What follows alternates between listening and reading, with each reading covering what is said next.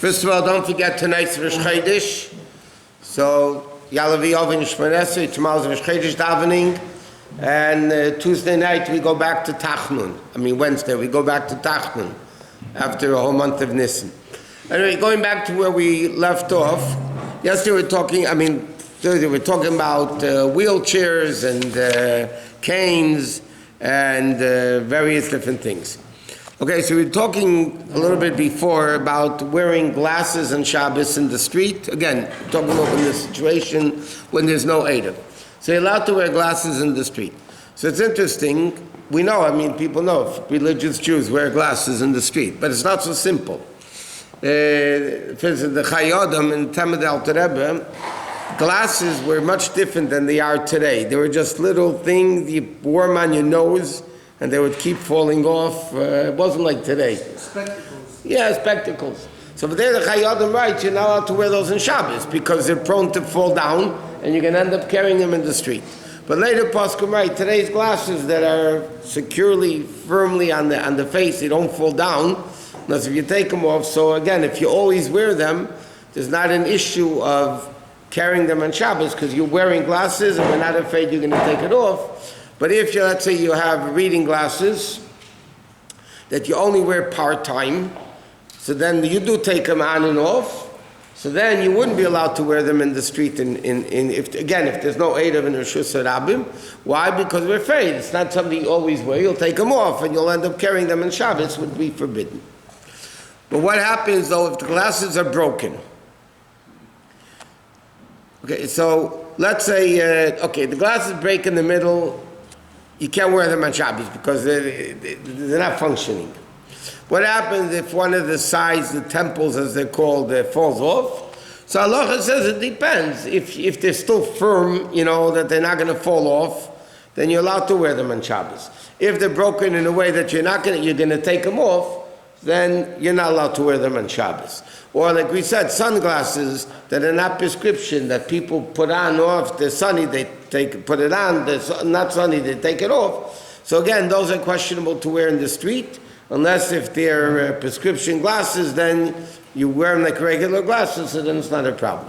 Contact lenses, for instance, are again not an issue, because you wear them, they're in. Some poskim write that if you just started wearing contact lenses and you're not comfortable with them, and when you're not comfortable you might take them out, so then you shouldn't wear those at the beginning on Shabbos until you get too used to them.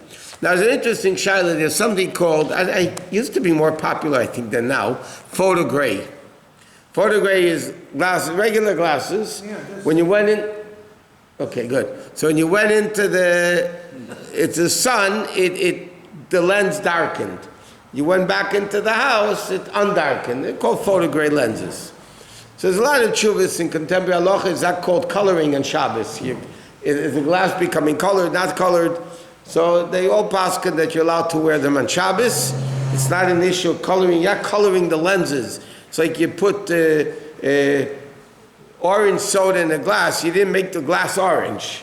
Even though it looks orange, you didn't make the glass orange. So it's not called coloring on Shabbos. Yeah. What? There shouldn't be a shadow about reading glasses because you wouldn't wear reading glasses when you're walking on the street. But what happens if somebody wants to go to shul? Okay, it's very common, by the way. They want to go to shul. They don't have any reading glasses in shul. They need to daven. They need reading glasses, and they're going to wear them to shul. You're not allowed to do that because glasses that you don't constantly wear, you're not allowed to wear on Shabbos because, again, we're afraid you're going to take them off. What? Are you allowed to hang it on your shirt? Yeah, you're allowed to, but it's called carrying. I'm going to carry. No, it's carrying. It's not a jewelry piece. It's not... But if you put it on your bed, It's also carrying. It's not the normal way of wearing glasses. Anything which is not the normal way, we learned that before already with clothing. Anything which is not the normal way of wearing it, so then it's not carrying. It's not called wearing, it's called carrying. If somebody walks outside with a talus, not wearing it, like the folded talus you put on your shoulders before you put it on, okay? If somebody wears a talus like that, okay? and walks in the street, that's called carrying. It's not the normal way of wearing a talis. In fact, there's a whole discussion in halacha. You know, some people, when it's hot, I mean, today, years ago, when people would wear suits, right? You would wear hats and jackets, right? So when it's hot, they would wear the jacket over their shoulders, but they didn't put the hands into the sleeves. So basically it was, so most poskim say you're allowed to go out in that in Shabbos because people wear the jackets like that. Or they used to at least. They would wear their jackets like they're hanging over the shoulders, so that's called the normal way of wearing it. But nobody wears the talis folded up over one shoulder. What? What happens if, as you're walking, you want to roll your beard up, so you're like picking up your beard and you're holding it, or as you're wearing your talis and walking, you hold the fringes, and so it doesn't get dirty or anything like that.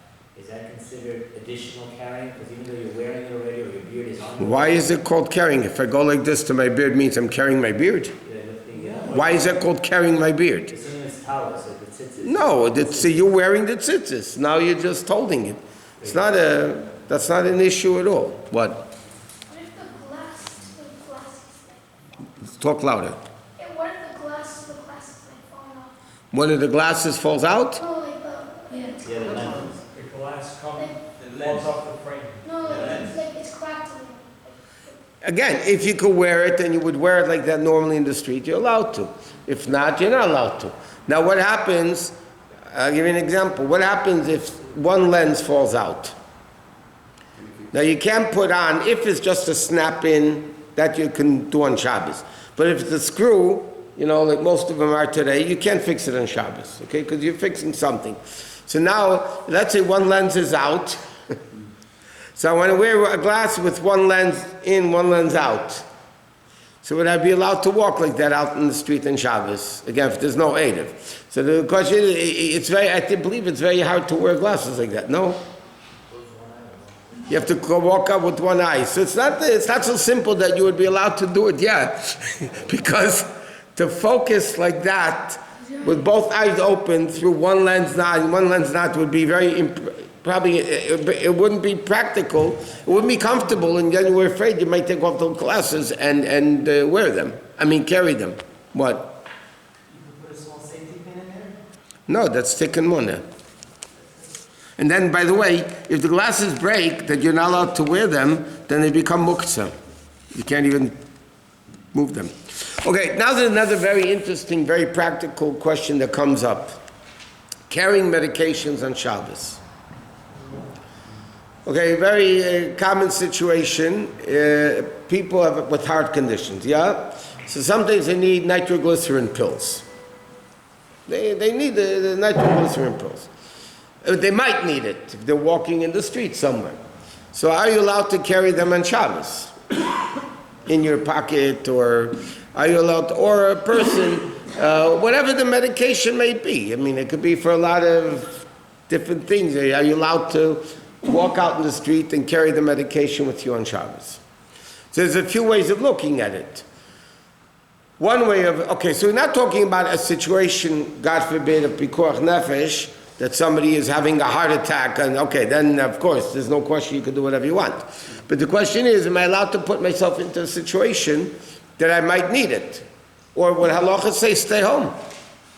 Who says you have to go out and therefore have to carry? Stay home and don't carry. So there's a lot of discussion about all these medications. We're not talking about medications. You know, I might get a headache. Can I take Tylenol? I mean, can I carry Tylenol in my pocket on Shabbos or whatever it is? So the bottom line halacha is what they're lenient that if you carry it in a non-normal way of carrying it. That means as follows. Let's say somebody, I mean, that's only b'diavad. You can't go, let's say, socializing on Shabbos and say, okay, you want to go out for a mitzvah, let's say, you want to go to Shul to daven, or you need to go eat Sudah Shabbos by somebody, which is also a bigger heter. So what they say is, let's say you take the pill, put it into a little plastic bag or whatever, and then you can carry it in a not normal way of carrying it. For instance, you can put it into your sock. You could put it inside your hat, you know, in the rim of the inside the hat. So then you're not carrying it in the normal way of carrying it. So then it's only midrabanan in a certain case. I'll tell you where the origin of this shaila originates, by the way, which is a very interesting shaila. That, what's his name? He talks about Shmuel Engel. Shlomo Engel, I mean. He says like this: there was a case years ago in a lot of countries. The government, the police would stop you and ask you for your papers. Like in Russia, it was like that. In a lot of countries, if you ever walked in the street, you always had to have your ID with you. And if you didn't have your ID with you, and they caught you, and they stopped you, the cop, and you did, they threw you straight into jail. That was they would pick it up, especially under Jews. I know it's Russia like that. There are a lot of different countries, the anti-Semitic countries, especially. Anti-Semitic countries. So he was asked in a question, are you allowed to wear such a thing, and what do you do? How can I go out with my papers on Shabbos? Because any way you're going to do it, it's going to be carrying. So he wanted to say that there is, if you put it inside the hat, because it's not normal, it's a bunch of leniencies that everybody, most other poskim completely refute.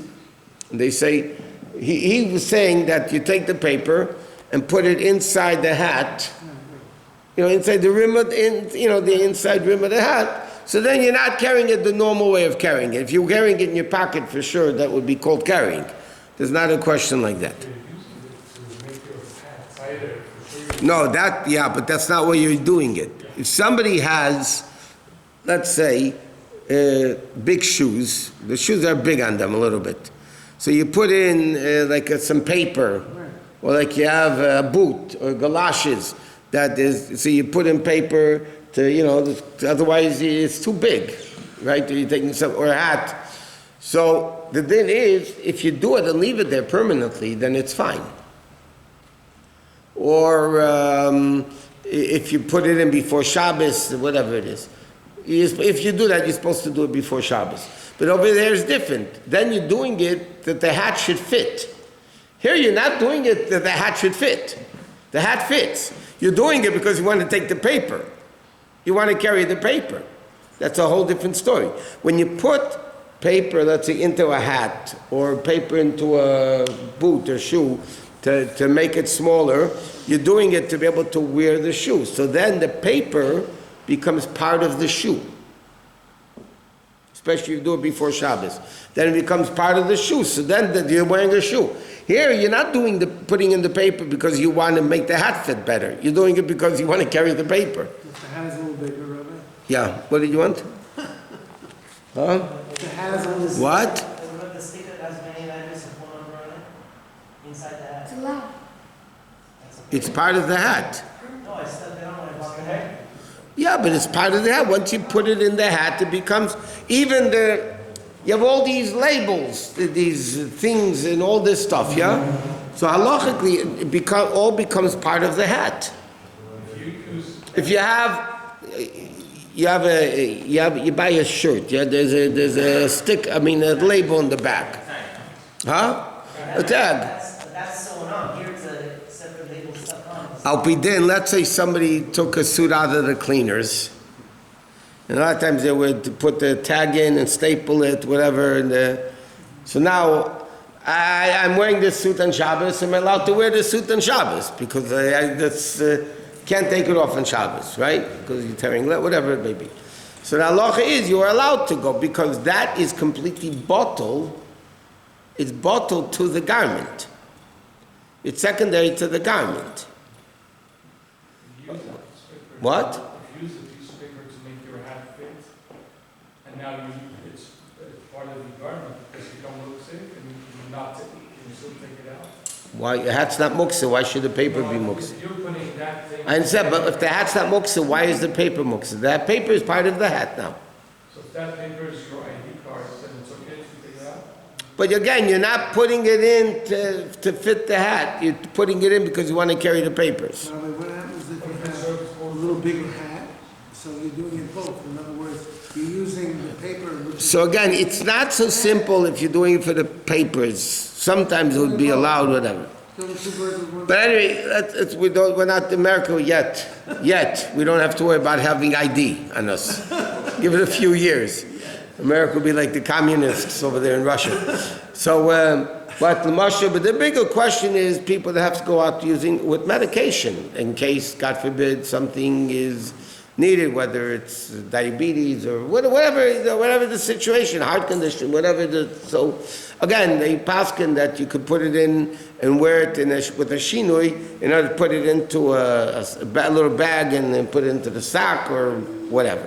But you can't carry it in your pocket, that's for sure.